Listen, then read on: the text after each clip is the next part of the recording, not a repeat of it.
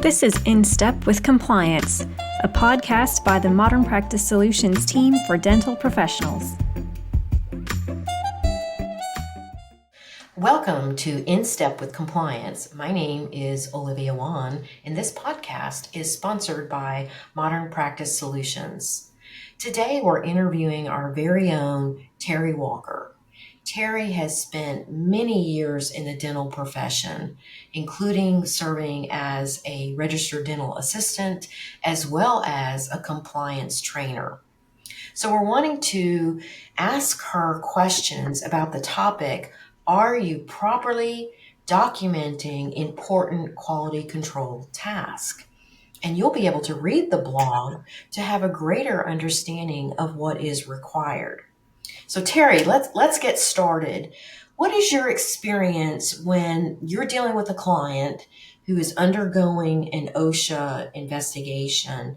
Does the inspector even ask for quality control records? What would you say actually happens? Well, first of all, when the inspector arrives in the office, the first thing that the inspector will look for will be your safety policies. So if it's an OSHA inspector, they're going to look for your OSHA policies, and then they're going to ask for documentation of tasks that you have completed that is required. So, the first thing they're going to ask for is your documentation of your sterilization records and your eye wash station flushing to start with. And do you find, Terri, that when a dental office is audited, do they even have this type of documentation? As a general rule, they will have a few documents here and there, but as a whole, they're looking in every treatment room. They're looking through sterilization. They're looking in the file cabinet or someone says, "Oh, I just keep track of it in my head," or "I just wrote it on a piece of paper," but they cannot produce the proper documentation for the inspector. Correct. So we're not necessarily on this episode zeroing in on OSHA required safety plans, but Terri wants to focus our attention on quality control tasks. And she makes a good point. If an auditor comes in and they ask for example, your weekly biological spore test monitoring, are those tests available? Brenda, with your many years in a dental office, have you found that to be challenging, or how did you get your people to get consistent in some of these quality control tasks? That's a great question. I think first and foremost, what we needed to do was we needed to put together a detailed list of the many necessary tasks and functions that needed to be completed.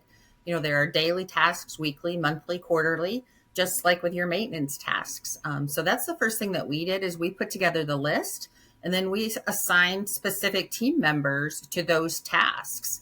And then from there, it was a matter of making sure that we had the logs and documentation to support when it was done, what the results were, and who completed it. Perfect. Just yesterday, I was at a dental office and I noticed they had their paper task logs for the month taped on the cabinet doors, and they had divided them up to daily duties, weekly duties, monthly, and periodic. And I really liked how it was a visual, hit you in the face type thing, that have you done it or have you not done it? And I think Brenda makes a good point. You want to delegate, because not one person, even if it's a safety officer, they cannot do everything. Now, speaking of paper records, Terri, I know that you do a lot of work behind the scenes in assisting clients. What can you enlighten us on for electronic records? Electronic records is a great way to document your quality control program. So the other benefit of electronic documentation is if you are a multi-site location. This also provides documentation that is centrally located but divided up by individual locations. I think that works beautifully. So whether you have 2 offices or you have 30 or 90 or more, if you have that many, probably have an intranet. And with your intranet or mutual shared folders, you could have a folder called quality control and then a subfolder naming it by the individual location. And then under that folder, have your separate folders for the different logs. And then maybe a safety director could be viewing those logs. But I think that the point is well made that unless someone is delegated this task specifically, it may not be getting done. So if you've ever been in a public restroom, like at a gas station, and there is a cleaning log on the back of the door to show when the bathroom was last serviced, why would you think, Brenda, that a professional place of business would resort to that type of a log? Yeah, because it's a great visual for their customers to see that someone is assigned that task and that it's actually being checked on and the work is being done. Otherwise, if we walk into a public restroom, we think, oh my gosh, when's the last time somebody cleaned this?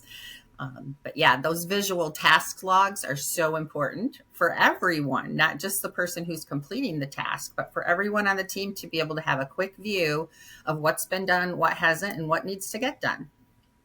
And I was thinking of, not that anybody would do this, but I was thinking how an employee might say, well, I thought it was already done. I thought so-and-so did it. Right. I didn't know it was my job, and I'm sure management have heard these types of comments. I didn't know I was supposed to do that too. Well, look, your name is right next to it.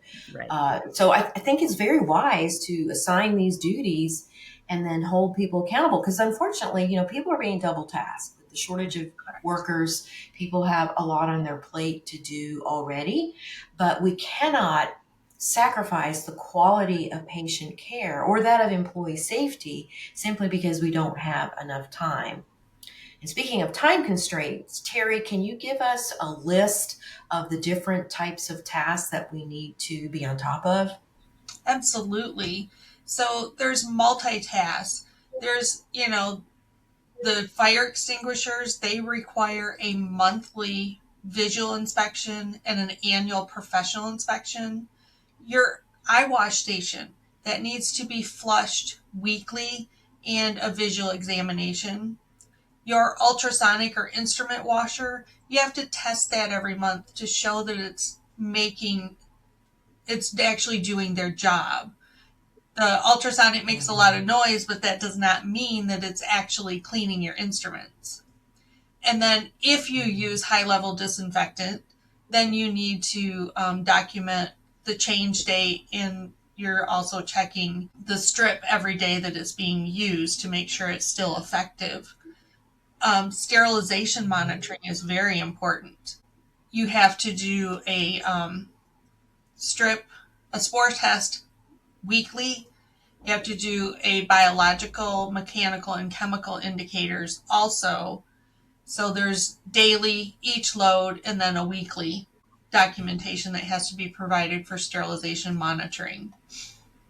And, you've got your dental unit water line monitoring.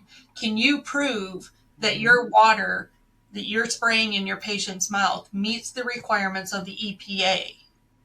And if you cannot prove that, then you could be potential liability for an outbreak of infection.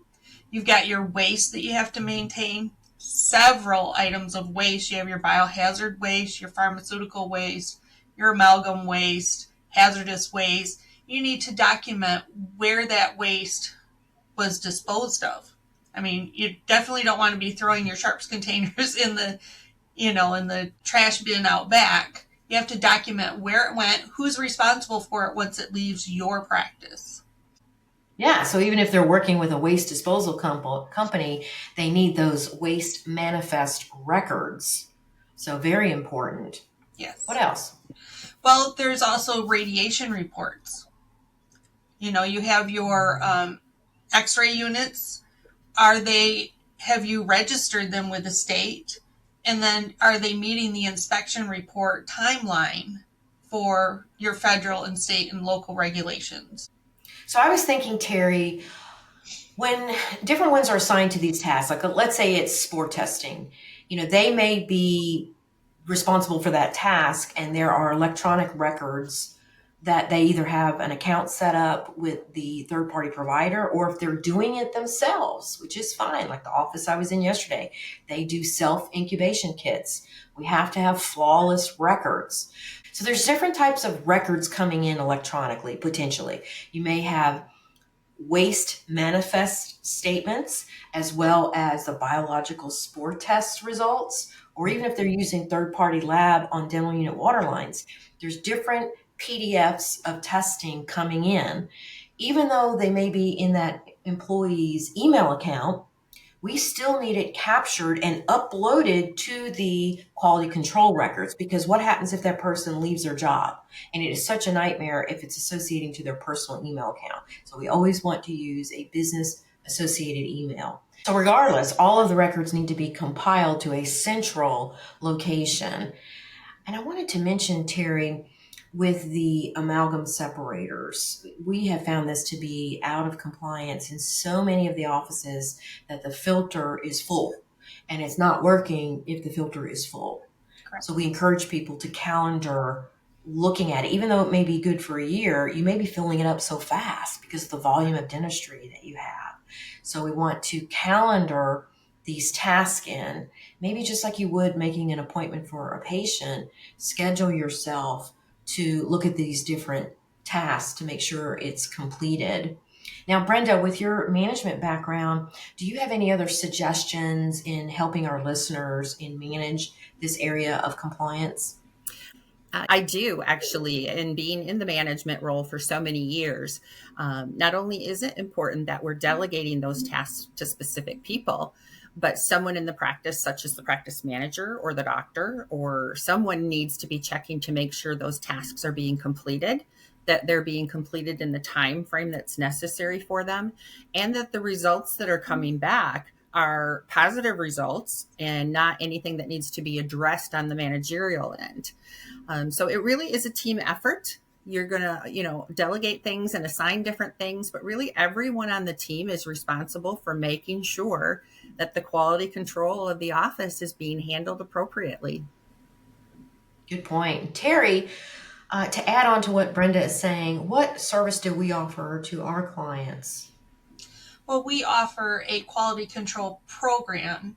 It is a task logs of each task that must be documented, and it also includes the instructions of how to do the task, and also references some resources if you need assistance in starting the program, because maybe you've never done the amalgam separator. So we would give you recommendations for a company for amalgam separation. So we try to provide the resources, the task logs. You can modify them, because the list that Terri went through is not an all-inclusive list, but we're trying to hit some of the high points, and you may add to it. Just like the office I visited yesterday, they created their own task logs, which look great. Yeah. And I've even seen them use dry erase boards. That works, but take a picture of it every month to show that it's been completed. And so the point of this episode is to assist you in not only setting up your quality control program, but managing it effectively to ensure the success. So we really appreciate the input from Terri and writing the blog, and also from Brenda tapping into your many years of experience as well. So thanks again for tuning in, and we look forward to seeing you next week.